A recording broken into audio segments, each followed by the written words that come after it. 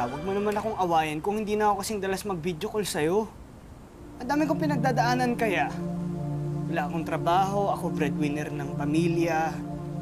Mula araw hanggang gabi, iniisip ko kung paano magsusurvive sa COVID na to. Ikaw lang ba yung maraming iniisip? Ikaw lang ba yung nasa stress? Ako nga, single mother, may 2 anak akong binubuhay. Sige na, huwag na tayo magtalo, ha? Sorry na, please, huwag na tayo magtalo. Sorry ka ng sorry. Ang sabihin mo, may iba ka na, kaya wala ka ng oras sa akin.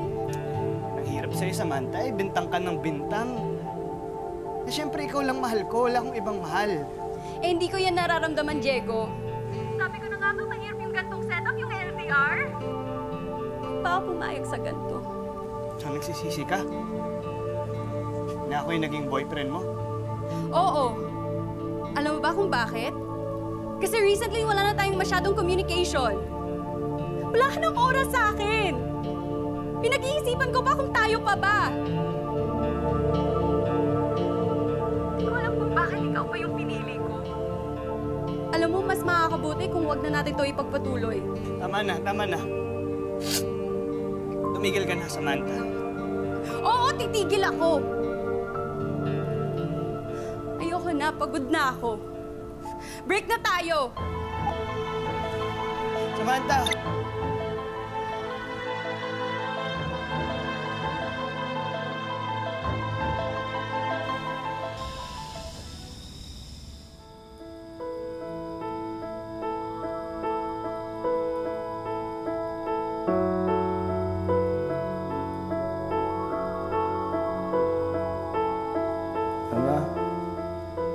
Tulungan niyo po ako sa mga pagsubok na pinagdaraanan ko po ngayon.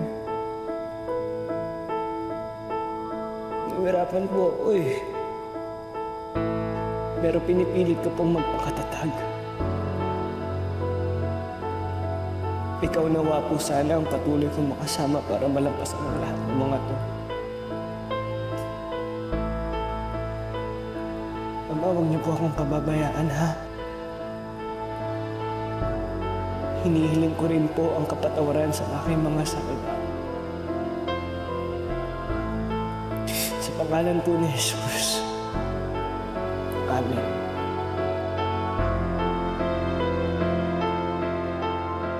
Labis sa dinibdib ni Diego ang pakikipaghiwalay ni Samantha sa kanya hanggang sa nalaman niya na may iba na pala itong minamahal. Sa tulong ng kanyang pamilya, muling bumangon si Diego sa matinding depresyon hanggang sa unti-unti na rin siyang nakamove on sa pamamagitan ng kanyang pagti-TikTok. Para labanan ng depresyon, gumawa ulit si Diego ng mga TikTok videos para na rin makapagbigay ng saya at inspirasyon sa maraming tao. Hanggang sa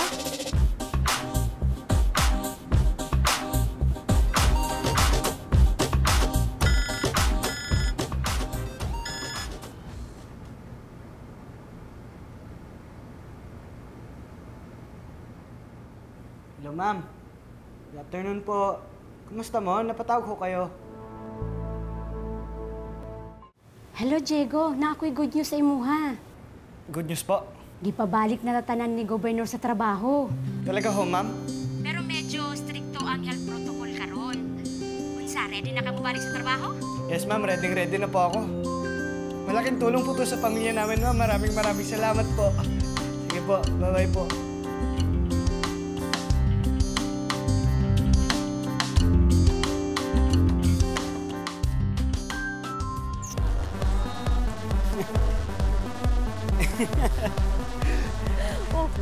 Yes, ma. Ako na. Kaya mo. Yakang iya. Grado ka, ha? Talaga, Diba? Teka lang. Diego, tuwang-tuwa yung mga pamangkin mo sa'yo. Chance mga TikTok videos mo. Tsaka congrats nga pala, ha? May 2 million plus followers ka na. Wow, dami! Dagang salamat kaya.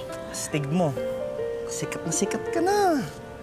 Eh, di naman importante yun, kuya. Mahalaga. Nakaka-inspire ako ng mga tao. Kasi, na-inspire ako sa'yo, ma.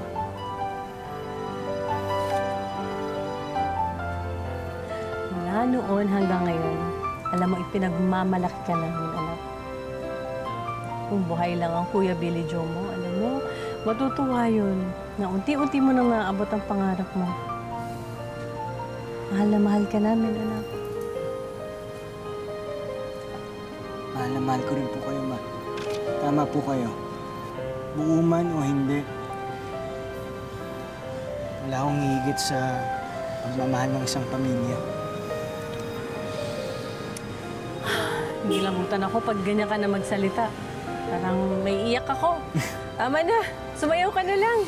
Hindi, ma. Walang iyakan. Tayo. Sasayaw po tayo. Tayo. Tayo, kuya. Sige, sige. Tara, paano ba yan? Okay, paano yan? 1, 2, 3. Okay. 1, 2, 3. 1, 2, 3. TikTok. Talaga, sige, sayaw na lang ng sayaw para masaya.